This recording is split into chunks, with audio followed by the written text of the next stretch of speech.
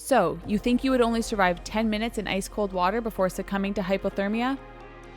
I have good and bad news for you. The good news, hypothermia doesn't happen that quickly.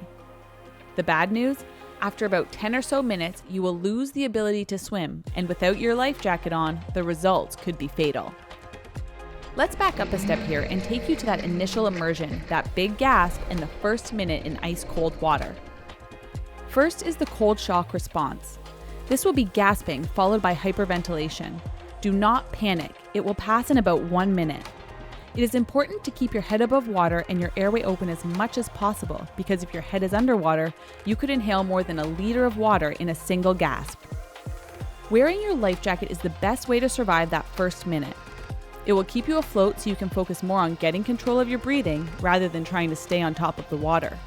This rapid breathing will subside, and when it does, you will have 10 minutes, which is what you chose, of meaningful movement before you become too incapacitated to rescue yourself, or to prepare to wait to be rescued.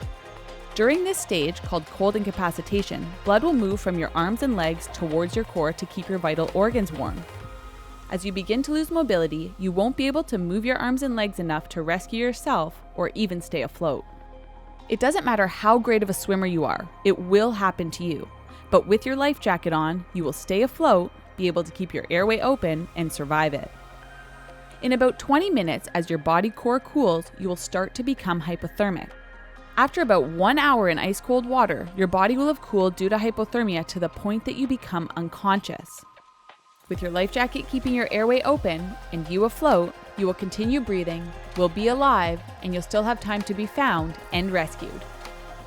So how long do you really have to survive? In ice cold water, depending on your body size, you could have up to 2 hours or more before your heart stops due to hypothermia. The key to surviving a cold water immersion is knowing what will happen to your body. You have 1 minute to get your breathing under control, 10 minutes of meaningful movement, and 1 hour before you become unconscious due to hypothermia. But only if you have your life jacket on. Otherwise, there is no way you can keep your head above water long enough to actually become hypothermic. Ready to learn more? Select from the options below to see what else you can do to survive a cold water immersion.